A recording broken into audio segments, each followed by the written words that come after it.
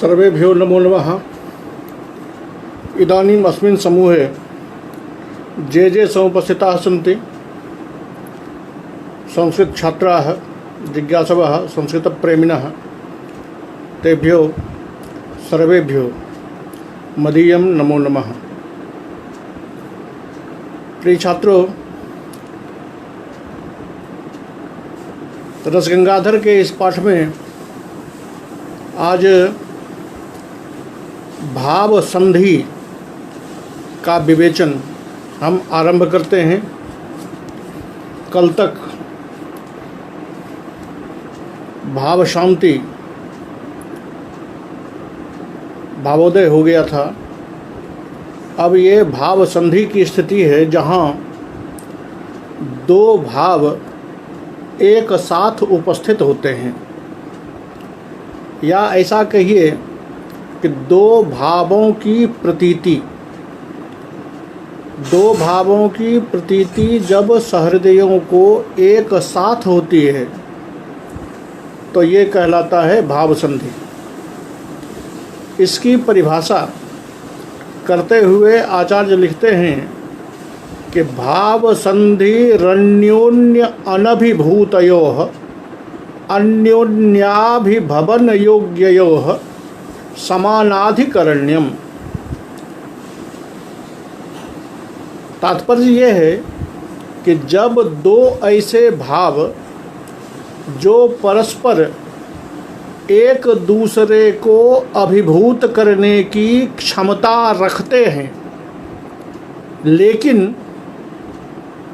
प्रस्तुत अवसर पर वो एक दूसरे को अभिभूत करते नहीं हैं, दोनों में एक दूसरे को अभिभूत करने की क्षमता है, लेकिन दोनों एक दूसरे को अभिभूत न करते हुए जब समान रूप से चमत्कार का विषय होता है तो उस समय वो भाव संधि कहलाता है। इसका उदाहरण देते हुए ये कहते हैं कि जौवनोद्गम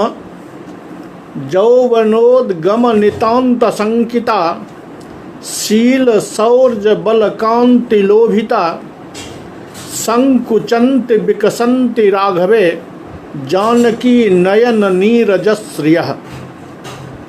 ये भगवान श्री राम और जानकी का वर्णन है कि जब जानकी ने श्री राम को पहली बार देखा तो कहते हैं जौवनोद्गम नितांत संकिता, जवानी के उद्गम से संकित होती हुई, शील सौर्ज बल कांति लोभिता, रामचंद्र के शील, रामचंद्र का बल, रामचंद्र का सौंदर्य, इससे लुब्ध होकर जानकी की जो नयनश्री है, जानकी के आँखों की जो कांति है वो कांति संकुचंती, कभी संकुचित होती है और कभी विकसित होती है। यानी संकुचित इसलिए हो रही है कि राम की युवावस्था को देखकर और स्वयं जानकी भी युवावस्था में आ रही हैं, तो एक नए युवक को हम कैसे देखें, इस लज्जा के कारण आंखें संकुचित हो रही है। और चूँकि ये राजकुमार देखने में भी सुंदर है, बलवान भी है, शीलवान भी है, इसलिए एक सुंदर युवक में प्रीति होने के कारण वो आंखें विकसित भी हो रही है। अत्र भगवद्दासरथी गतस्य लोकोत्तर यौवनोद्गमस्य तादृशैव शील सौर्जादेश्च दर्शनम विभावः। कहता है उनके जवानी का उद्गम और उनके शील सौर्ज का दर्शन, ये यहाँ विभाव है। और जानकी का नयनगत संकोच, जानकी की आँखें जो विकसित हो रही है और संकुचित हो रही है, ये उसका अनुभव है। तो संकुचित होने से ब्रीरा और विकसित होने से उत्सुकता, ये ब्रीरा और उत्सुकता ये दोनों उपस्थित है। ब्रीरा और उत्सुकता नामक जो व्यभिचारी भाव है ये दोनों यहाँ साथ साथ दिखाई दे रहा है।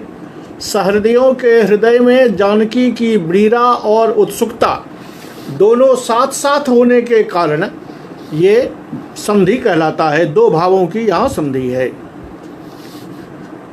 उसी तरह आगे सबलता का वर्णन करते हैं। आप जानते हैं कि भाव सबलता वहाँ होती है जहाँ एक साथ कई भाव उपस्थित हो जाते हैं। जैसे वय संधि में दो भाव एक साथ उपस्थित हो रहे हैं, उसी तरह भाव सबलता में कई सारे भाव एक साथ उपस्थित हो जाते हैं। उसके लिए ये परिभाषा करते हैं कि भाव सबलत्वम भावानाम बाध्य बाधक भाव मापन्नानाम उदासीनानाम नाम वा व्यामिश्रणम। भाव सबलता वहाँ होती है जहाँ कई सारे भाव एक साथ उपस्थित होते हैं। कभी तो ये सारे भाव एक दूसरे के बाधक भी हो सकते हैं और कहीं पर ये स्वतंत्र अपनी अपनी जगह पर ये स्वतंत्र रहते हैं, कोई किसी का बाधक नहीं होता है। तो परस्पर बाध्य बाधक भाव को प्राप्त होकर के भी यह भाव सबलता होती है और बाध्य बाधक से रहित होकर के भी यह भाव सबलता होती है। अगर दो भाव एक साथ उदित हैं तो भाव संधि कहलाएगा, और अगर ढेर सारे भाव यानी दो से अधिक भाव एक साथ उपस्थित हो जाएंगे तो वो भाव सबलता कहलाएगी। जैसे ये उदाहरण देते हैं कि पापम हंत मया हतेन विहितम सीता पिजज्जापिता सा मामिंदु मुखी बिना बतबने किंग जीवितम धात्स्यते आलोके य कथम मुखानि कृतिनाम किंते बदिष्यन्ति माम राज्यम जातु रसातलम पुनरिदम न प्राणितुम कामय। ये जब राम ने सीता को वनवास दे दिया है उस समय राम की ये उक्ति है। कहते हैं कि पापम, मैंने ये बहुत बड़ा पाप किया कि व्याधे जैसा आचरण करते हुए मैंने सीता को पुनर्वनवास दे दिया। वो चंद्रमुखी सीता मेरे बिना क्या जंगल में जीवन को धारण कर रही होगी? क्या जीवन उसका होगा? अब मैं इन विद्वानों के आगे, सुकृतियों के आगे अपना किस तरह मुंह दिखाऊंगा? न जाने वो सुकृति हमको देखकर क्या बोलेंगे, हमको क्या जवाब देंगे, किस मुंह से मैं उनके सामने उपस्थित होऊंगा। ये राज्य भले रसातल में चला जाए, इससे हमको कोई मतलब नहीं। न प्राणी तुम कामय, ऐसा करने के बाद मुझे अब जीने की कोई तमन्ना नहीं है। अब यहाँ देखिए कि राम के हृदय से या राम के मन में कितने प्रकार के भाव उठ रहे हैं। पहली बात कि मति, मैंने ये गलत काम किया, सीता को मैंने भगा दिया या सीता को मैंने वनवास दे दिया, इसलिए मैंने पापाचरण किया, इसलिए अपने से असूया। क्या वो मेरे बिना जीवित होगी? विषाद। लोग हमको क्या कहेंगे? लोगों के सामने में मैं कैसे जाऊंगा? जो राम की प्रशंसा किया करते थे वो अब क्या कहेंगे? इत्यादि जो स्मृति है, वितर्क है, शंका है।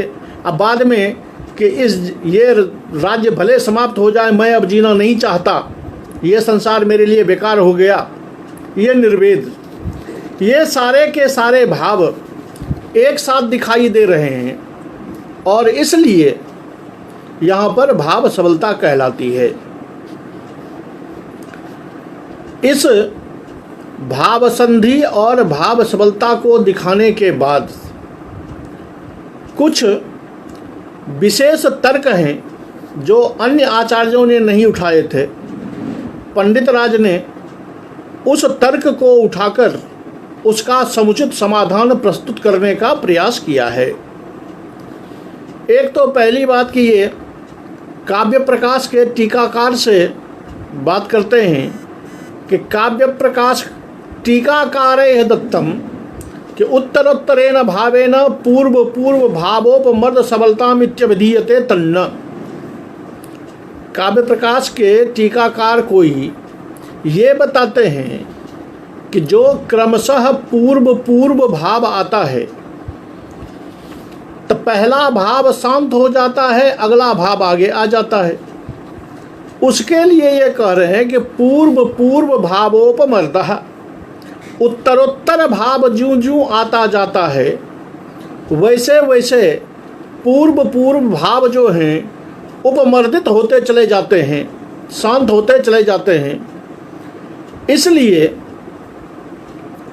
ये भाव सबलता में ऐसा ही होता है। पंडित राज कहते हैं तन्न, ये उचित नहीं है। ऐसा अगर हो तो पश्चेत कश्चित चल चपल रे कात्वराहम कुमारी, जो आचार्य मम्मट ने स्वयं काव्य प्रकाश का उदाहरण ध्वनि निरूपण प्रसंग में दिया है 5वें उल्लास में, वहाँ जाकर के शंका, असूया, धृति, स्मृति, श्रम, दैन्य, मति, उत्सुक्य इत्यादि को स्वयं आचार्य मम्मट ने कहा है कि उपमर्द लेस शून्यत्वेपि, यहाँ उपमर्द का लेस भी नहीं है। यानी कि पूर्व पूर्व उत्तरोत्तर भाव के सामने पूर्व पूर्व जो है वो समाप्त होता चला जाता है या उसकी चमत्कारिता कम हो जाती है। इसका परिहार स्वयं आचार्य मम्मट ने कर दिया है कि उपमर्द लेस शून्यत्वेपि सबलतायाः राजस्तुति गुणत्वेन, वहाँ उन्होंने राजस्तुति के लिए इन सभी भावों को गुण मानते हुए स्पष्ट कर दिया है कि यहाँ एक के सामने दूसरा भाव समाप्त हो जा रहा है, ऐसी बात नहीं है, बल्कि सभी भावों की स्थिति है और सभी भावों की स्थिति जो है वो राजस्तुति विषयक, राजा की जो स्तुति कर रहा है कोई कवि, उस कवि की हृदयनिष्ठ राज विषयक जो रति है उस रति की पुष्टि करने में ये सभी भाव मिलकर सफल हो रहे हैं, इसलिए ये भाव सबलता है। तो जिस किसी ने कहा है व्याख्याकार ने कि ये पूर्व पूर्व भावों का उपमर्दन हो जाता है, उपमर्द हो जाता है, वो ऐसी बात नहीं है, ये गलत है।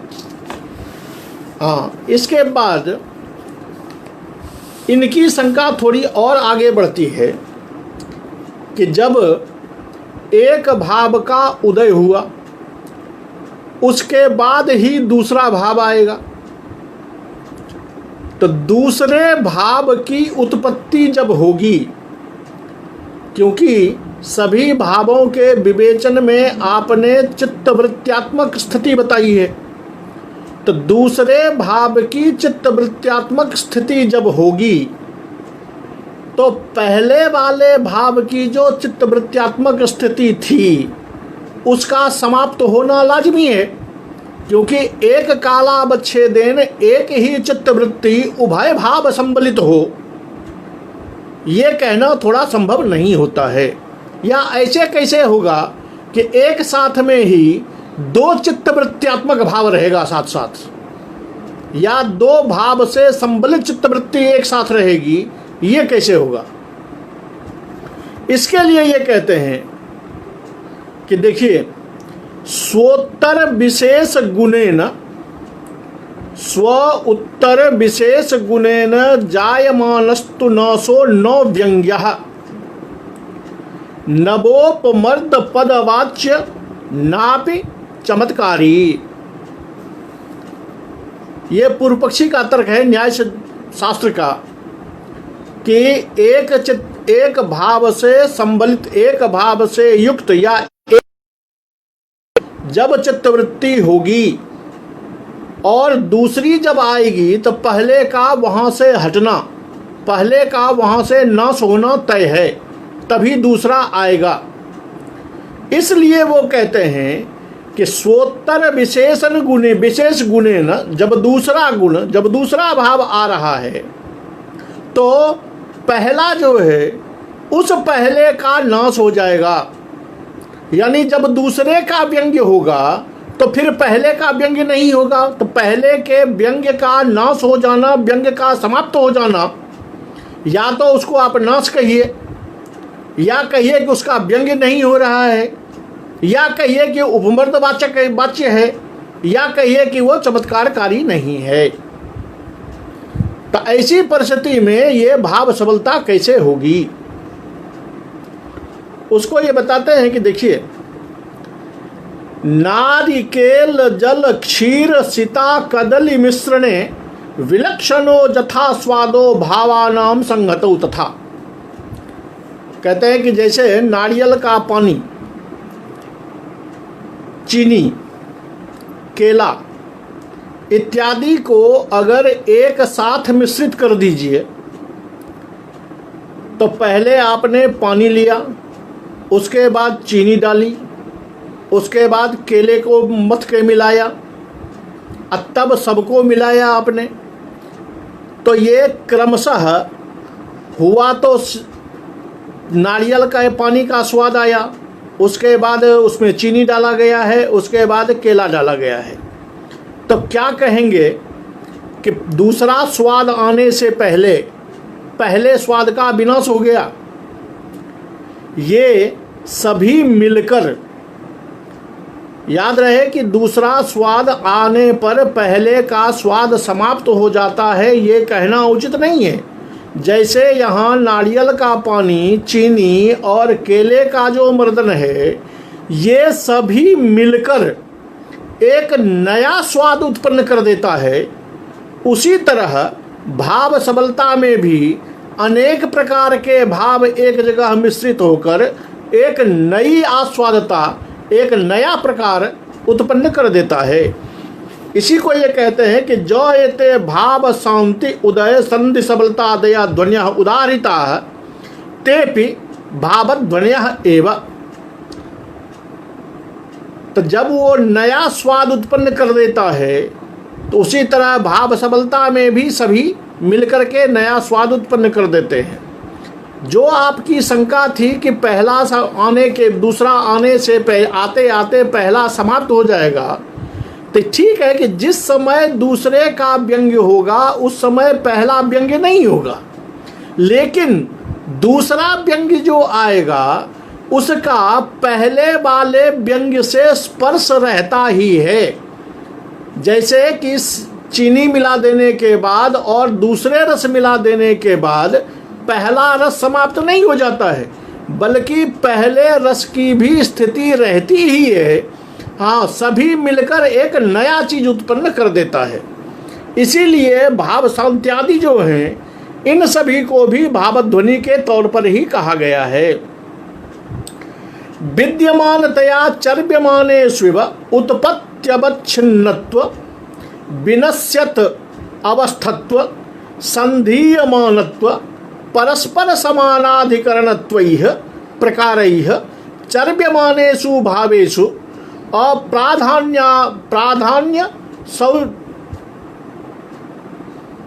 प्राधान्यस्य औचित्यात् चमत्कृतस्तत्रैव विश्रान्तेः।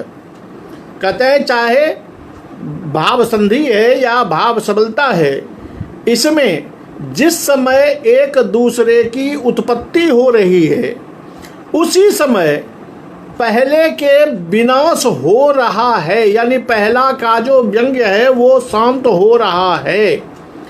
ऐसी परिस्थिति में इसका शांत होने की प्रक्रिया, उसके उदय होने की प्रक्रिया, दोनों की संधि होती है। और दोनों की संधि होने से वो एक नया स्वाद उत्पन्न कर देता है, और वो जो नया आस्वाद है उसी नए आस्वाद में सहृदयों के चर्वणा की विश्रांति होती है, न कि पहले का जो विनाश हो रहा है या पहले की जो शांति हो रही है उस शांति में सहृदयों की चर्वणा की विश्रांति नहीं है।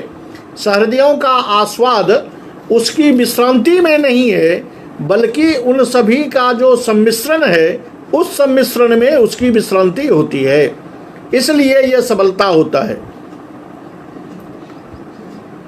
अब कहते हैं कि यद्यपि उत्पत्ति बिना संधि सबलता नाम तत्संबंधी नाम भावानां च समानायाम चर्वना विषयतायाम न प्राधान्यम विनिगंतुम शक्यते, तथापि स्थितौ भावेषु प्रधानतायाः क्लिप्तत्वात् भाव शांत्यादिष्वपि तेष्वेव शांति प्रतियोगित्वादिभिर्व्यज्यमानेषु तस्याः कल्पयितुम औचित्यात्।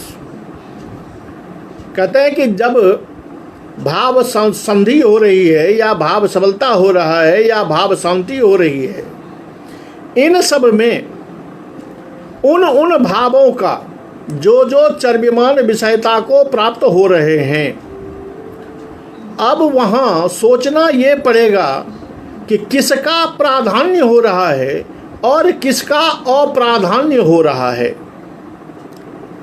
तो भाव सबलता की स्थिति जब आती है तो वहाँ किसी एक का प्राधान्य नहीं है, बल्कि सबका जो सम्मिलित रूप होता है, जैसे कि ऊपर में वो सर्वत वाली स्थिति बताई है, उनका जो सर्व सम्मिलित रूप है उसकी आस्वादता होती है, उसका चमत्कार होता है।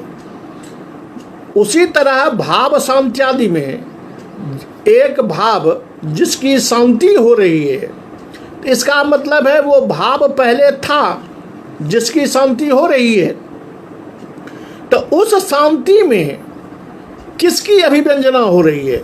शांति की अभिव्यंजना हो रही है या उस भाव की अभिव्यंजना हो रही है? ये सोचना पड़ेगा कि आपको ये सोचना पड़ेगा कि शांति प्रतियोगी रूप में व्यज्यमान जो वो भाव है, उस भाव की ही अभिव्यंजना होती है, इसीलिए उसको भाव शांति कहा गया है। अगर केवल शांत स्थिति की अभिव्यंजना हो तब तो भाव शांति नहीं कहा जाएगा, परंतु शांत होता हुआ जो भाव है, उस भाव की चर्वना होने के कारण इसको भाव शांति कहते हैं।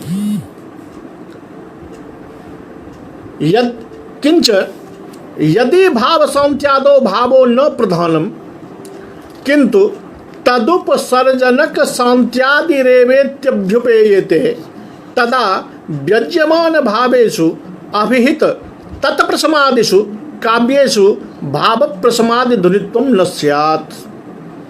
कहते हैं कि यदि भाव ध्वनि में भाव की प्रधानता न हो, अपितु उस भाव का उपसर्जन रूप उस भाव को अप्रधान कराकर जो उसकी शांति होती है, उस शांति की व्यंजना को मानकर शांति को उसका व्यंग्य माना जाए और शांति को ही प्रधान माना जाए, तो फिर क्या होगा कि ऐसे जो काव्य हैं, जिन काव्यों में व्यंजना के द्वारा तत्त रसों की, तत्त भावों की उपलब्धि होती है और अंत में वो शांत होता हुआ दिखाई देता है, तो वहाँ भी भाव प्रसम यानी भाव सबलता की ही बात नहीं रह जाएगी, बल्कि भाव शांति जो है, भाव शांति के विषय का ही उच्छेद हो जाएगा। तब वो भाव शांति नहीं कहलाएगी, केवल शांति बन जाएगी। और केवल शांति बन जाएगी तो फिर शांत रस में ले जाएंगे। अब वहाँ ले जाएंगे तो चूंकि वहाँ निर्वेद नहीं है, इसलिए वो रस नहीं हो पाएगा। इसलिए आपको मानना पड़ेगा कि यहाँ शांत होता हुआ जो भाव है, उस होने के कारण इसे भाव शांति कहा गया है। जैसे ये एक और उदाहरण देकर समझाते हैं कि उखसी प्रतिपक्ष नायिका सदना दंतिक मंचत प्रिय सुदृशो नयनाब्ज कोन योह उदयाय त्वरया अरुणद्युति। कि प्रातः काल में अपनी सौतन के घर से लौटकर आते हुए अपने प्रियतम को देखकर जो कोई सुंदर आँखों वाली नायिका है, उसके आँख के कोने पर अरुणिमा का उदय अपने आप हो गया, अर्थात उसकी आंखें लाल हो गई। यहाँ कहते हैं कि यहाँ क्या करेंगे आप?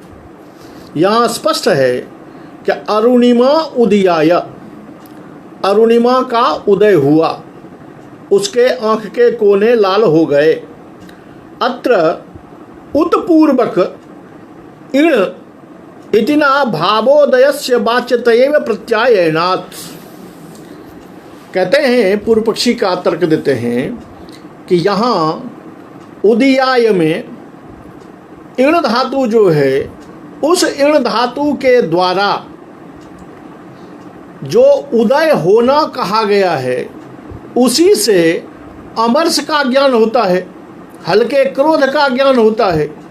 तो जब उसी इण धातु के द्वारा या वही इण धातु यहाँ पर उस अमर्ष का बोध करवा रहा है, तब तो अमर्ष नामक भाव जो है वो यहाँ वाच्य हो जाएगा। और जब वाच्य हो जाएगा तो उसके व्यंग की कल्पना ही नहीं रह जाएगी। उदयस्य वाच्यत्वेपि भावस्य अवाच्यत्वात् ध्वनित्वं सुस्थमिति चेत् प्रधानस्य व्यपदेशात् व्यपदेशानौपयिकत्वे अप्रधानकृत व्यपदेशस्यापनुपत्तेः। ये बताते हैं कि यहाँ दो चीज पहले अलग अलग करके देखिए। एक कह रहे हैं उदयाय, उगना रूप क्रिया, और दूसरा है कि अमर्ष नामक भाव का उगना रूप क्रिया। तो उगना रूप जो क्रिया उदयाय पद से दिखाया गया है, ये कह रहे हैं कि उदयाय पद से उगना रूप जो क्रिया है, जो आधान हो रहा है, वही वाच्य होगा, बल्कि अमर्ष नामक जो भाव है वो भाव वाच्य में नहीं आएगा। वो अगर भाव वाच्य में नहीं आया तो फिर उस भाव, वो भाव का ज्ञान कैसे होगा? तो व्यंग्य से। अब व्यंग्य अगर वो हो गया तो उसकी प्रधानता होने में कोई उसे रोक भी नहीं सकता है, क्योंकि जो वाच्य द्वारा प्राप्त नहीं हो रहा है वो व्यंग्य से आएगा। अब व्यंग्य से जो आया हुआ है उसकी प्रधानता स्वतः सिद्ध हो ही जाएगी।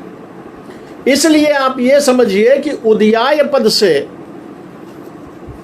आ रहा है, उग रहा है, उगना रूप जो हुआ ये वाच्य होगा, न कि आप जो कह रहे हैं कि उदयाय पद से ही या तो हो रहा है कि उसको अमर्ष हो रहा है, उस अमर्ष की वाच्यता हो जाएगी। तो यहाँ उस अमर्ष की वाच्यता नहीं हो पाएगी। असमन मते तु उत्पत्तेर वाच्यत्वे उत्पत्त्यवच्छिन्न अमरखस्य प्रधानस्य अवाच्यत्वात् युक्त एव भावोदय ध्वनि व्यपदेशः। ये पंडितराज स्पष्ट करते हैं कि हमारे नज़र में उत्पत्ति जो है वो उत्पत्ति तो उदयाय से वाच्य है, लेकिन उस उत्पत्ति के साथ साथ उत्पत्ति किसकी हो रही है? तो अमर्ष की। तो यहाँ उदयाय से उत्पत्ति जो है वो वाच्य है, जिसकी उत्पत्ति हो रही है वो वाच्य नहीं है। अब वो वाच्य नहीं होने के अवाच्य है, वो व्यंग्य है, और व्यंग्य होने के कारण उसको ही कहा जा रहा है। एवं व्यज्यमान भाव प्रतियोगस्य प्रसमस्य वाच्यत्वे भाव शांति ध्वनित्वम न स्यात्। कहते हैं अगर आपकी बात मान लें कि उदयाय पद से अमर्ष को भी वाच्य मान लेंगे, तो फिर भाव शांति जो होता है, जहाँ एक भाव शांत हो रहा होता है, वहाँ भी भाव शांति जो है वो ध्वनि में नहीं आ पाएगी।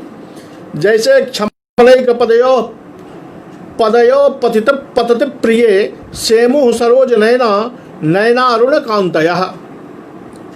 कि क्षमापणैक पदयो, क्षमा मांगने की एक कला जो है, पैरों पर गिरना, ऐसा जब प्रीतम ने कर दिया, अर्थात प्रीतम जब माफ़ी मांगने के लिए पैरों पर गिरे, तो सरोज नैना के आँखों में जो लालिमा थी, लाल कांति थी, वो कांति अपने आप शांत हो गई। यहाँ भी ननु शब्द वाच्यानाम प्रसमादीनाम अरुण कांत्यैव अन्वयात अरुण कांति प्रसमादेरेव वाच्यत्वम पर्यवसितम। ऐसा करने पर बात करेंगे तो शांत क्या हुआ? उसकी अरुण कांति क्यों थी? तो क्रोध से। तो इस शांति के द्वारा अगर उस अरुणिमा का भी बोध है, अरुणिमा से होने वाला जो क्रोध है उसका भी बोध हो जाता है। न तो तादृश प्रसमाद व्यंग्य शिरोष प्रसमादेह व्यंग्य व्यंजक भेदस्य आवश्यकत्वात्। न तो तादृश प्रसमाद व्यंग्यस्य रोषद प्रसमादेह। कहता है ऐसा आपके द्वारा कहने पर तो वो भी ध्वनि नहीं होगी। लेकिन आपको याद रखना चाहिए कि शांत होना एक अलग चीज है, वो वाच्य हो रहा है। जो चीज उस शांति के साथ हो रहा है यानी अमर्ष यानी क्रोध जो शांत हो रहा है, तो का जो प्रयोग किया गया है वो शांत होना रूप जो क्रिया है उसका बोध होने के लिए है, वो वाच्य हो रहा है।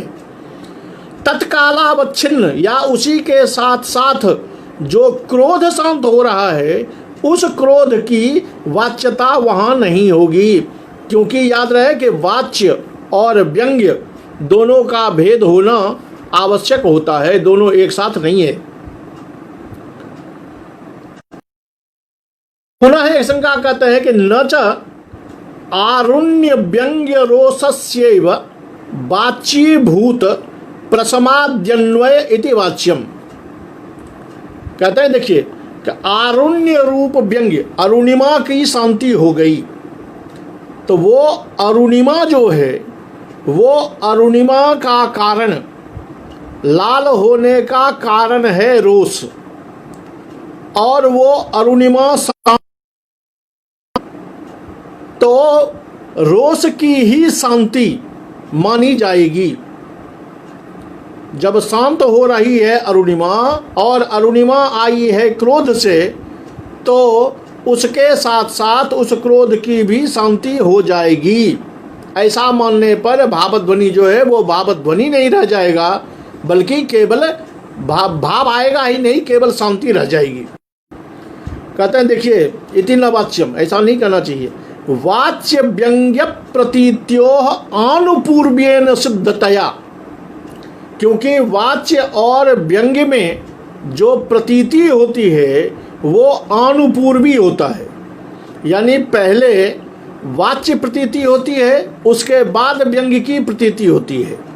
तो यहाँ जो आप सेमुह क्रिया के साथ अरुणिमा की शांति के साथ साथ की भी शांति मान रहे हैं, ऐसा नहीं होगा, बल्कि अरुणिमा की शांति तो पहले होगी, वो अरुणिमा के साथ साथ क्रोध भी शांत हो गया। ये क्रोध की शांति यानी क्रोध जो है वो बाद में ज्ञात होगा, क्योंकि वाच्य और व्यंग्य साथ साथ बोध नहीं होता, उसमें अनुपूर्वी होना आवश्यक है, वो सिद्ध है।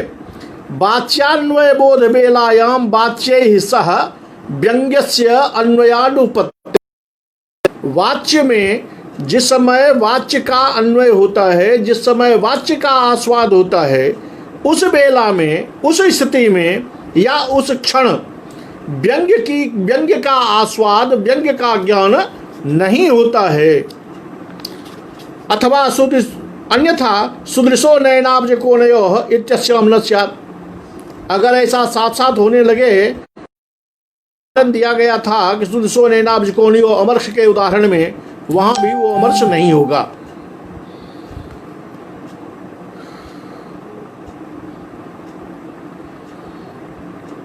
दूसरा भी उदाहरण दिखाते हैं फिर ये कि निर्वासयन्तीम धृतिमंगनानाम शोभाम हरेरेन दिशो नयन्त्याः चिरापराध स्मृतिमांसलोपी रोषः क्षण प्रागुणिको बभूव।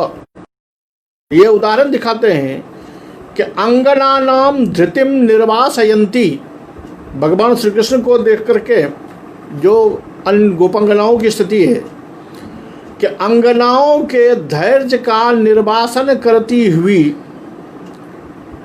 शोभाम हरेह, एण दृशो दयंत्याः, जो मृगनयनी नायिकाएं हैं, जो भगवान श्री कृष्ण की मूर्ति को देखने के पीछे पीछे देख रही है। तो चिरापराध स्मृति मांसलोपी रोषः, पुराने किए गए अपराध से या पुराने किए गए अपराध की स्मृति से मांसल जो है उनका रोष, वो रोष क्षण प्राघुनिको बभूव, क्षण भर के लिए ही अतिथि बन पाया।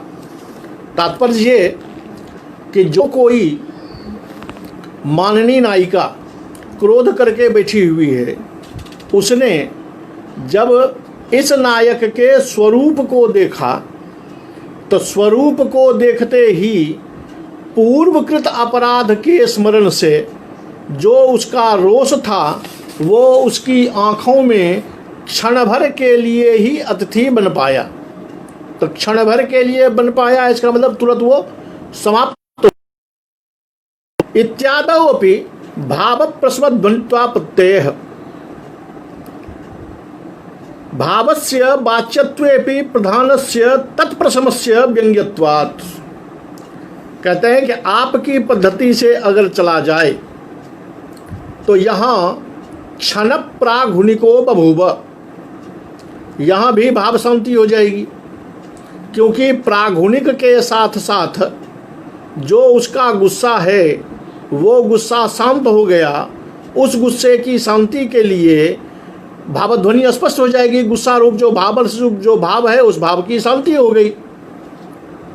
इत्यादि भाव प्रसम ध्वनित्वा प्रत्यय, भाव प्रसम की ध्वनि आ जाएगी। भावस्य वाच्यत्वेपि प्रधानस्य तत्प्रसमस्य व्यंग्यत्वात्, क्योंकि यहाँ भाव का वाच्यत्व है और तत्प्रसमस्य व्यंग्यत्वात्, और प्राघुनिको बभूव, इसके द्वारा किया गया जो शांति है उसका व्यपगमन है वो व्यंग्य है। उभयोरपि अवाच्यत्वम अपेक्षितम इति चेत प्रागुक्त पद्यद्वये समत्वोदयत्वाभ्याम समोदययोः वाच्यत्वात् अनुदाहरणत्वा प्रत्ययः। कहते हैं कि ऐसा होने से क्या दिक्कत है, ऐसा मान लीजिए। कहते हैं मान लेंगे तो ये बताइए कि उभयोः यानी भाव जिसकी शांति होगी और शांत होना, ये दोनों चीज़ें उभयोरपि अवाच्यत्वम अपेक्षितम।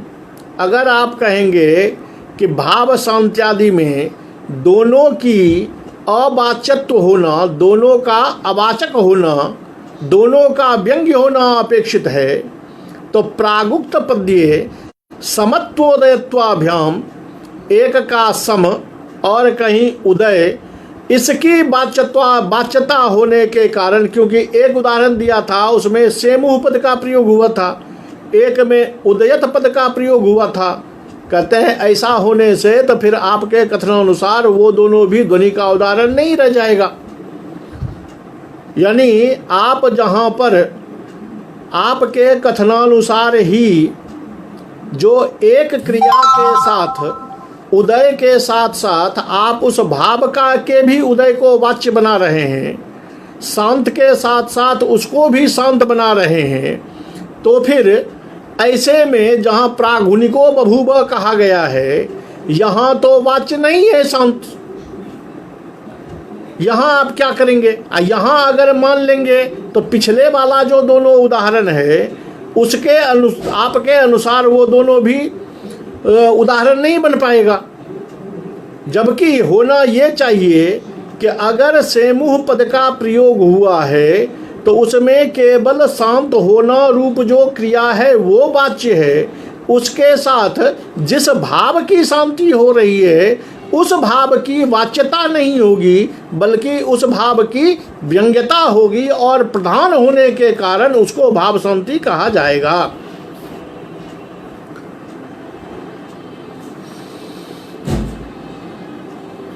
कहते हैं कि ननु मां भूत तदुदाहरणत्वे, कहता है उसमें भी भाव ध्वनि ना हो तो इसमें मेरा क्या जाता है, पहले में भी ना हो। कहता है इष्टापत्तिस्तु सहृदयानाम अनुचितैव, कहते हैं कि ऐसे अगर सभी जगह आप भावध्वनि की सत्ता को स्वीकार नहीं मानेंगे, जो सामने में दिखाई दे रहा है कि ध्वनित हो रहा है, तब आप नहीं मानेंगे, तब तो सहृदयों का जो इष्ट है, सहृदयों का आस्वाद जो उसका अभीष्ट है, उसी की आपत्ति हो जाएगी। अर्थात सहृदयों का अभीष्ट होने पर भी ध्वनि न मानना ये अनुचित होगा, ये कभी उचित नहीं होगा। तस्मात् भाव प्रसमादिस्वपि प्राधान्येन भावानामेव चमत्कारित्वम। इसलिए भाव प्रसम, भाव शांति इत्यादि जो है उसमें भी भाव की ही चमत्कारिता होती है। प्रसमादेस्तुपसर्जनम, प्रशमन होना जो क्रिया है वो उपसर्जनी भूत होता है, इसलिए वहाँ वाच्यता में कोई दोष नहीं है। इदम पुनः भावध्वनिभ्यो भाव शांत्यादि ध्वनिनाम चमत्कार वैलक्षण्ये निदानम। अपनी ओर से निदान देते हैं कि यदेकत्र चर्वनायाम भावेषु स्थिति अवच्छिन्न अमरसादित्वम अमरसादित्वमेव वा प्रकारः। कहते हैं कि जब चर्वना में जिस समय उस भाव की चर्वना हो रही होती है, चर्वना की स्थिति में जो अमरसादि की स्थिति है, यानी अमरस इत्यादि भाव की चर्वना हो रही है, वो भाव जो है, वो चर्वना युक्त जो भाव है, चर्वना में स्थित जो भाव है, वही भावध्वनि है। या अमरसादित्वमेव, या अमरसादि जो है, अमरसादित्वम, अमरसा, यही भावध्वनि है। अन्यत्र तो प्रसमादावस्थत्वादि अपीति, कहता है अन्यत्र प्रसम भावस्थात्व अपीति। और जहाँ भाव प्रशांति की बात कर रहे हैं, प्रसम कैसे होगा, तो वो प्रशमन क्रिया के साथ साथ है, इसलिए उसको भाव शांति कहा जाता है। इसमें कोई विशेष शंका समाधान या विशेष समस्या नहीं है। रसस्य तु स्थायी मूलकत्वादे प्रसमादे रसंभव। कहते हैं कि चलिए अब एक दूसरी शंका लाते हैं कि जैसे आपने यहाँ दिखा दिया कि चर्वना की स्थिति में जो भाव है वो प्रधान है और उसी को भावध्वनि कहते हैं। भले उसकी आगे शांति हो रही है, तो शांति को हम शांति हो रही है इसलिए उसको हम भाव शांति कहते हैं। तो इसी प्रकार जहाँ रस की शांति हो रही होगी, वहाँ जैसे यहाँ आप भाव शांति कह रहे हैं, वैसे ही वहाँ रस शांति भी होनी चाहिए। कहते ना स्थायी मूलकत्वात्, रस चूंकि स्थायी भाव है और वो स्थायी रहता है अप्रबंधम, इसलिए उसका प्रसम होना संभव नहीं है। असंभवे वा न चमत्कारः। अगर कहीं उस रस की प्रशांति हो जाए, वो रस समाप्त हो जाए, तो उस समाप्ति में चमत्कार नहीं रह जाएगा, इसलिए उसका विचार नहीं किया गया है। अब आगे ये बताएंगे कि जो स्थायी भाव होता है, उस स्थायी भाव की अब तक जब रसपद हम पढ़ रहे थे तो रस में असंलक्ष्य क्रमत्व बताया गया है रसादि ध्वनि का। इन्होंने रस वर्णन के क्रम में ये कहा था कि उस रसादि की भी, रत्यादि जो है उसकी भी ये संलक्ष्य क्रम व्यंग्यत्व होता है। उस पर ये अपना विचार करते हैं कि सोयम निगदितः सर्वोपि रसादि लक्षणों व्यंग्य प्रपंचः स्फुट प्रकरणे झगिति प्रतीतेषु विभावानुभाव व्यभिचारिषु सहृदय तमेन प्रमात्रा सूक्ष्मेनैव समयेन प्रतीयते इति हेतुवतः पौर्वापर्य क्रमस्य अलक्षणात् अलक्ष्यक्रमोऽप्यपदिश्यते। अजत्र तु विचारवेद्यं प्रकरणम् उन्नेयाभाविभादयः तत्र सामग्री विलंबाधीनं चमत्कृतेर मान्यम जम संलक्ष्य क्रमोप्येष भवति। ये कहते हैं कि देखिए, जहाँ पर रस प्रपंच की व्याख्या की गई है, जहाँ पर हम विभावानुभाव व्यभिचारी संयोग की बात करते हैं, वहाँ पर विभाव, अनुभाव और संचारी भाव की जो प्रतीति होती है वो झटिति, वो तेजी में होता है। तेजी में होने के कारण चूंकि प्रमाता जो है वो सर्वश्रेष्ठ सहृदय है, उसकी प्रमातृत्व शक्ति बड़ी तेज है, इसलिए इस तीनों की, विभाव, अनुभाव और व्यभिचारी भावों की जो क्रमशः प्रतीति है उसको वह इतनी तेजी में अनुभूत कर लेता है कि विभाव, अनुभाव, संचारी भाव तीनों का मिश्रण और होने वाली रति, इन सब के क्रम को वह इतनी जल्दी अनुभूत कर लेता है कि उसके पौर्वापर्य का जो क्रम है उस क्रम को वह नहीं जान सकता। वो क्रम उसके सामने उपस्थित नहीं होता। कारण होता तो क्रम से है, लेकिन सहृदय प्रमात्रा की अनुभूति की मात्रा, अनुभूति की गति इतनी तेज है कि वो उसके क्रम को हेतु और हेतुमत यानी विभावादि का और रत्यादि के मध्य में होने वाले जो क्रम हैं वो क्रम उसको दिखाई नहीं देता। हाँ, जहाँ प्रकरण पूर्वक देखना पड़ता है वहाँ जाकर विभावादि के ग्रहण में थोड़ा विलंब होता है, इसलिए वहाँ जाकर के वो संलक्ष क्रम हो जाता है। तथा तल्पगता शुद्धो श्वासा संगम, जहाँ से है जो रस के उदाहरण में श्लोक दिया था उसमें अर्थावगति विलंबेन, कहते हैं कि वहाँ जो है कि जो श्वास की संगति को नहीं सहती है, आज वो प्रीतम के हृदय पर, अब अपने हृदय पर रखे हुए प्रीतम को हाथ को दिल से झटकती है। ऐसे में इसका कहना है कि यहाँ पर वस्तुतः आप देखिए कि उसका जो मूल कारण है कि आखिर वो हाथ क्यों नहीं हटा रही है, इसमें कहीं न कहीं विलंबता जरूर होती है। अब विलंबता अगर होती है तो वो अलक्ष्य क्रम नहीं बल्कि लक्ष्य क्रम होना चाहिए, क्रम वहाँ दिखाई देता है। न खलु धर्मी ग्राहक मान सिद्धम रत्यादि ध्वने अलक्ष्य क्रम व्यंग्यत्वम, कहते हैं कि भाई आपने स्वयं वहाँ उत्तमोत्तम काव्य का उदाहरण दिया हुआ है। वहाँ बताते हैं कि ऐसा करने पर क्रम दिखाई देता है, तो फिर वो असंलक्ष्य क्रम व्यंग्य क्यों है? उसको तो सभी आचार्यों ने असंलक्ष्य कहा है कि क्रम दिखाई नहीं देता, और आप कह रहे हैं कि वहाँ भी क्रम होता है। तो पंडित राज का तर्क है कि धर्मिक ग्राहक मान सिद्धम, धर्मी की ग्राहकता जो है, रस की ग्राहकता, रत्यादि की जो ग्राहकता है उसमें असंलक्षता होती है, इस बात का कोई प्रमाण नहीं है। वो सहृदयों का हृदय या हमारा तर्क या हमारा विचार जो है वही प्रमाण है। इसलिए मैं पहले कह रहा हूं कि जहां सहृदय प्रमाता का प्रमातृत्व अत्यधिक तेज होता है, वो तुरंत सब चीज को ग्रहण कर लेता है, वहां तो भले वो अलक्ष्य क्रम कहलाए, लेकिन जहां जाकर के उसको विचार करना पड़ेगा, तर्क लगाना पड़ेगा, वहां अलक्ष्य क्रम नहीं बल्कि लक्ष्य क्रम व्यंग्य ही होगा। अतएव लक्ष्य क्रम व्यंग्य प्रसंगे, लक्ष्य क्रम व्यंग्य प्रसंग में वो दिखाते हैं श्लोक, एवं वादिनी देवर्षौ ध्यात्वा पार्श्वे पितुरधो मुखे लीला कमलपत्राणि गणयामास पार्वती। ये उस समय का वर्णन है जब नारद हिमालय के समक्ष पार्वती की शादी की बात कर रहे हैं।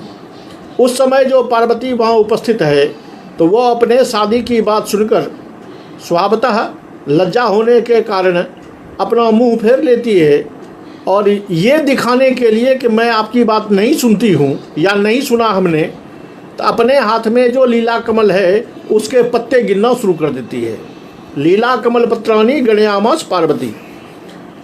अत्र कुमारी स्वभाव्यादपि अधोमुखत्व विशिष्टस्य लीला कमल पत्र ग्रहणस्य उपपत्या मनाक विलंबेन नारद कृत विवाहादि प्रसंग विज्ञानोत्तरम ब्रीरायास चमत्कारणात् लक्ष्यक्रम भृंग्यो ध्वनि।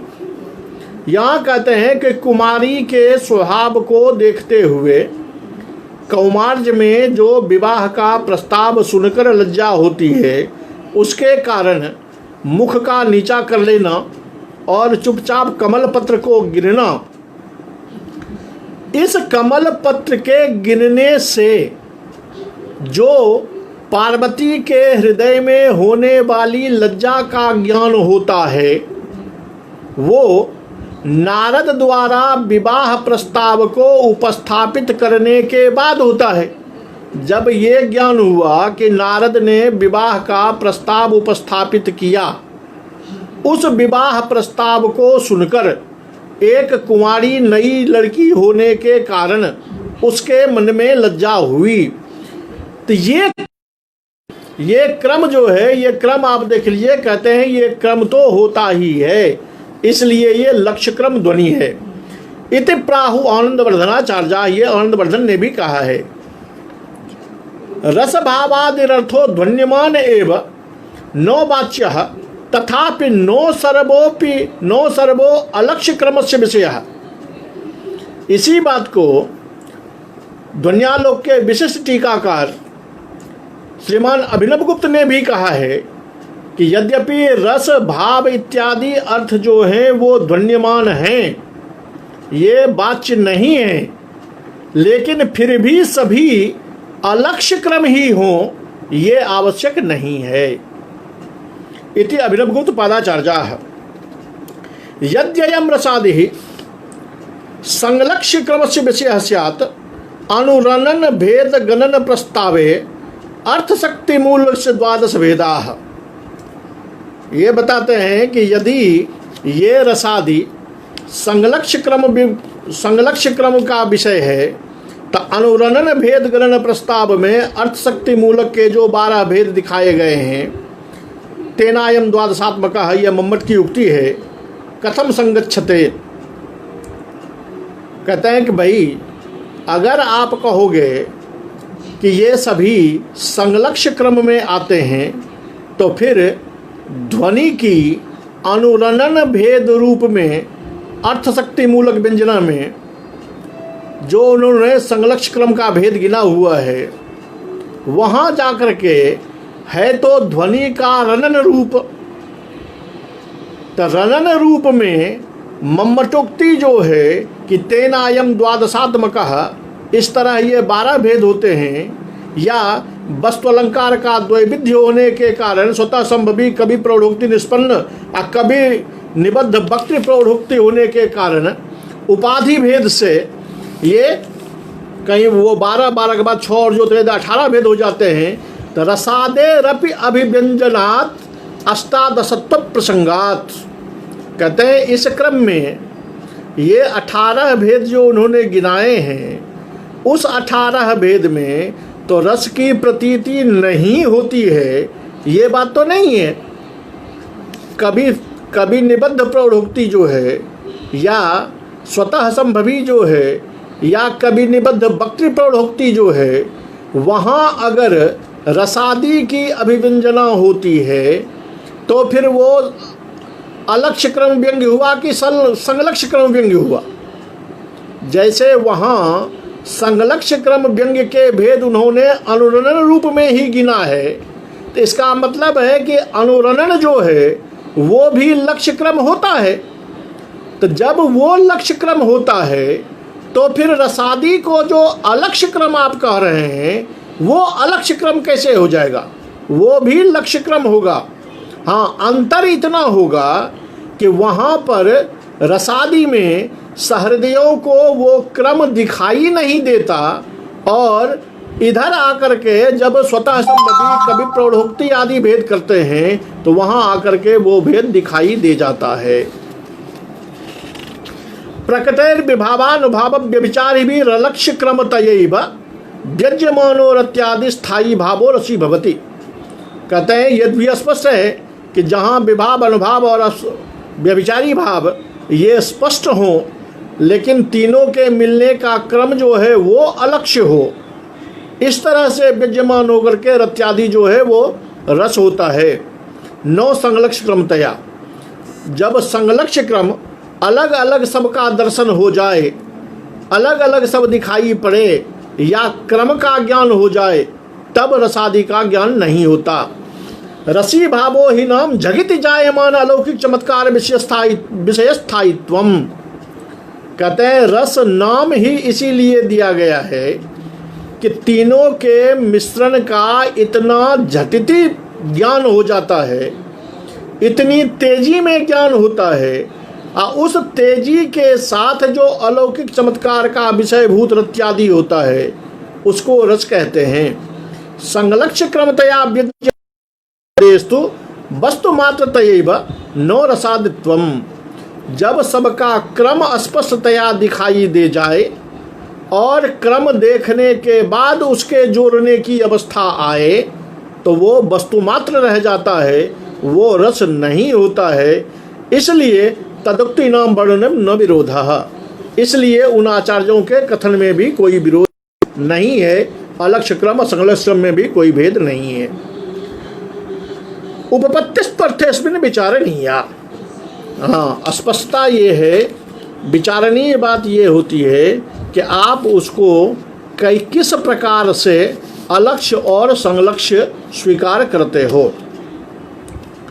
रस भावादिरर्थः इत्यत्र रसादि शब्दो रत्यादि परः। रस तो हुआ आनंद स्वरूप, वहाँ जो प्रयोग होता है रत्यादि रसादि में, वो रसादि आनंद स्वरूप न करके अपितु रसादि शब्द जो है वो रत्यादि परः, जो अस्थाई भाव है उस अस्थाई भाव के नाम से जाना जाता है। श्रृंगार माने रति, शोक करुण माने शोक, इस रूप में तदित्थम निरूपितस्य अस्य रसादि ध्वनि प्रपंचस्य पद वर्ण रचना वाक्य प्रबंधैः पदैक देश अवर्णात्मकम रागादिभिश्चाभिव्यक्तिम आमनन्ति।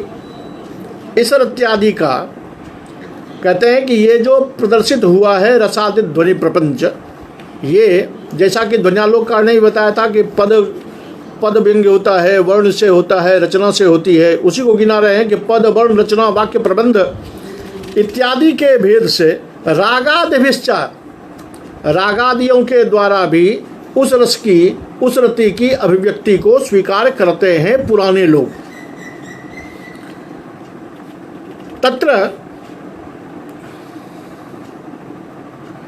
तत्र वाक्यगतानां पदानां सर्वेषामपि स्वार्थोपसति द्वारा वाक्यार्थ ज्ञानोपायत्वे समानेपि कुर्वद रूपतया चमत्कारोपयोग व्यवच्छिन्नत्वेन कस्यचिदेव ध्वनि व्यपदेश हेतुत्वम।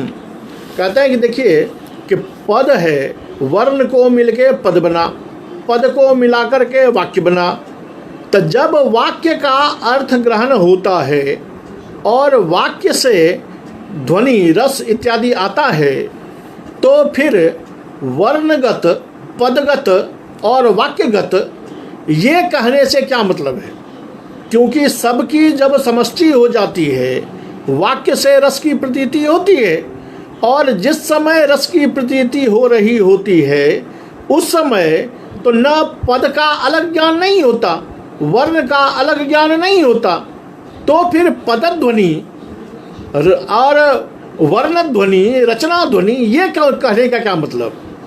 तो कहते हैं देखिए उसमें होता ये है समाने पिकुर्बद रूपतया, यद्यपि वाक्य में आकर के सभी एक समान होकर के रस की प्रतीति करते हैं, लेकिन ये देखना पड़ता है कि वस्तुतः इस पूरे वाक्य में जो आनंदानुभूति हो रही है उसका मूल केंद्र, उसका मूल कौन सा है। अगर एक पद ही पूरे वाक्य को चमत्कारित कर रहा है, चमत्कृत कर रहा है, तो फिर वहाँ पदध्वनि क्यों नहीं माना जाए। मंदमाक्षपति इत्यत्र, जैसा कि श्रृंगार वाला जो श्लोक रस के उदाहरण में दिया गया है कि संप्रतिशा हृदय गतम पानी मंदमाक्षपति, वहाँ पूरे वाक्य में रस तो है, लेकिन पूरे श्लोक को जब गौर करके देखेंगे तो ज्यों ही आता है कि मंद माक्षिपति वह हाथ को धीरे धीरे हटा रही है, तो ये मंद पद जो है वही सहृदयों के हृदय में आनंद होता है कि भाई पहले तेजी में होता था, अब कम क्यों हो रहा है, क्यों कम हो रहा है, उस पर कारणान्वेषण शुरू हो गया। तो यहाँ मंद पद जो है वो उस रस का आधार बन जाता है। इसी तरह रचना वर्णानाम पद वाक्य अंतर्गतत्वेन व्यंजकता अवच्छेद कोटि पुरुषत्वमेव न तो व्यंजकत्व यद्यपि शुभचम तथापि पदवाक्य विशिष्ट रचनात्वेन रचना विशिष्ट व्यंजकत्वमिति विनिगमना विरहेण घटादो दंड चक्रादे कारणत्वस्यैव प्रत्येक में व्यंजकताया सिद्ध्यते प्रांचः। इसलिए पुराने लोग कहते हैं कि पद में या वाक्य के अंतर्गत जो व्यंजकता है वो व्यंजकता किस में है। भले वाक्य में पद का सन्निवेश हो चुका है, लेकिन उस व्यंजकता का जो आधारभूत तत्व है, जो कारणभूत तत्व है, उसको लेकर के पद ध्वनि वाक्य ध्वनि इत्यादि का प्रयोग होता है, उसमें कोई दिक्कत नहीं है। पदवाक्य विशिष्ट ने या कहिए कि तत्त अनुकूल पद विशिष्ट जो रचना है, तत्त अनुकूल पद विशिष्ट रचना को हम मानते हैं कि यह रस का कारण है। वर्ण रचना विशेषानाम माधुर्यादि गुणाभिव्यंजकत्वमेव, जैसे नवीन पद वाले कहते हैं, ये तो प्राचीनों का मत है। नवीन कहते हैं कि वर्ण रचना विशेषानाम विशिष्ट प्रकार के वर्णों से की गई जो रचना है, माधुर्यादि गुणाभिव्यंजकत्वम, वो माधुर्यादि गुण के अभिव्यंजक होते हैं, क्योंकि शुरू में बता दिया गया है गुण विवेचन में कि किस गुण के अभिव्यंजक कौन से वर्ण होते हैं। तो उन गुणों से, उन वर्णों से विशिष्ट रचना होने के कारण वो पद या वो वाक्य तत्त गुण विशिष्ट होता है, न तो रसाभिव्यंजकत्वम, कहता है वो तत्त गुण विशिष्ट होता है वर्ण, न कि रस व्यंजक होता है, यानी वो गुण व्यंजक होता है। न ही गुणाभिव्यंजनम बिना गुणाभिव्यंजकत्वम नास्ति इत्यस्ति नियमः इंद्रियत्रय व्यभिचारात्। कहते हैं कि चलिए, नए लोग को ये कह दिया कि वर्ण रचना जो है वो तत्त गुण की अभिव्यंजना करता है। गुण रस का धर्म है, रस के साथ रहने वाला धर्म है, तो वो गुण की अभिव्यंजना करता है, रस की अभिव्यंजना नहीं करता है। इसलिए वर्ण और पद में जो ध्वनि आप मान रहे हैं, वर्ण ध्वनि पद ध्वनि, ऐसा प्रयोग नहीं होना चाहिए। उसको ये कहते हैं, देखिए, गुणाभिव्यंजनम बिना, गुण की अभिव्यंजना के बिना गुण का अभिव्यंजक नहीं होगा, यानी जो गुण की अभिव्यंजना नहीं कर रहा है वो गुण का अभिव्यंजक नहीं है, ऐसा कोई नियम नहीं है। कहते हैं क्यों? अब देखिए, प्राचीनों ने कहा था कि ये वर्ण जो हैं वो तत्त रस की अभिव्यंजना करते हैं। नए ने कह दिया कि चूंकि ये वर्ण जो हैं वो गुणों की अभिव्यंजना करते हैं, ये सीधे रस की अभिव्यंजना नहीं करते, इसलिए ये रस के अभिव्यंजक नहीं हो सकते। तो उसको ये कहते हैं कि देखिए कि जो जिसकी अभिव्यंजना नहीं करता है वो उसका अभिव्यंजक नहीं है, ऐसा आप नहीं कह सकते, क्योंकि इंद्रिय त्रय व्यभिचारात्, क्योंकि इंद्रियों के नियम में, इंद्रियों में ये व्यभिचार हो जाएगा। जैसे नाक हवा को सूंघता है, गंध को सूंघता है, लेकिन उस गंध का आधारभूत जो पृथ्वी है उस पृथ्वी का ग्रहण नहीं करता है। इत्थं च स्व स्व व्यंजकोपनीतानाम गुणिनाम गुणानाम उदासीनानां च यथा परस्परोपश्लेषेण औदासीन्येन वा तत्तत् प्रमिति गोचरता तथा रसानां तद्गुणानां च अभिव्यक्ति विषयतेति नव्याः।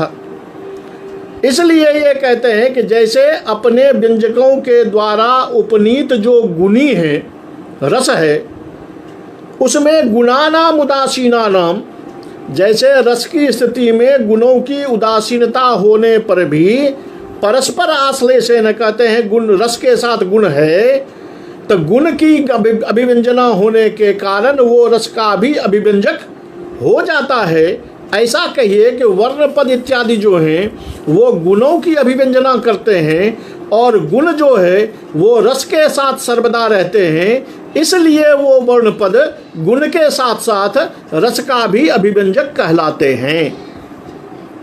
ऐसा नए जो दार्शनिक हैं उनका अपना मत है। जैसे कि इसके उदाहरण पहले भी दिए हुए तंतमाल इत्यादि प्रबंध इत्यादि का जब बात करेंगे तो योग वासिष्ठ रामायण ने शांत और करुण का, रत्नावली में श्रृंगार का इत्यादि व्यंजकता जो है वो प्रसिद्ध है। स्वयं आचार्य जगन्नाथ कहते हैं कि मन निर्मितायाम पंच लहरियाँ, मेरे द्वारा निर्मित जो 5 लहरियाँ हैं वो भाव की अभिव्यंजना करने वाली है। पदैक देशस्य निखिलमिदं जगदंडकम बहामि, निखिलमिदं जगत अंडकम बहामि, यहाँ तलरूप से 2 वीर रस से प्रयोग उदाहरितः। यहाँ वीर रस के उदाहरण में जगत को अंडकम इव, यहाँ अंड वही वीर रस की अभिव्यंजना करता है। रागादि व्यंग्यत्व हृदय में प्रमाणम, तो कहते हैं रागादि जो है वो भी रस की अभिव्यंजकता करता है, इसमें सहृदय ही प्रमाण है। एवं एसाम रसादीनाम प्राधान्येन निरूपितानि उदाहरणानि, ये सारे उदाहरण दिखा दिए गए। तत्र प्राधान्यम एवैसाम रसादित्वम, ये प्रधानता के आधार पर होता है कि रत्यादि की अस्थाई भाव की हुई अभिव्यंजना तो वो रस कहलाता है, और भावादि की हुई तो वो भावध्वनि कहलाता है। नामनी रसपदम तु रत्यादि इत्येके, क्योंकि रसादि जिसका नाम हम कहते हैं, जिसको हम रस नाम देते हैं, वो वास्तविक रति इत्यादि ही है। अस्त्येव रसादित्वम किंतु नो ध्वनि व्यपदेश हेतु इत्यपरे। कुछ आचार्य लोग ऐसे भी हैं जो कहते हैं कि इन सब में वर्ण पदादि में रसादित्व तो होता है लेकिन ध्वनि व्यपदेश हेतुत्वम नहीं होता है, ये कोई और यानी किसी और का मत है।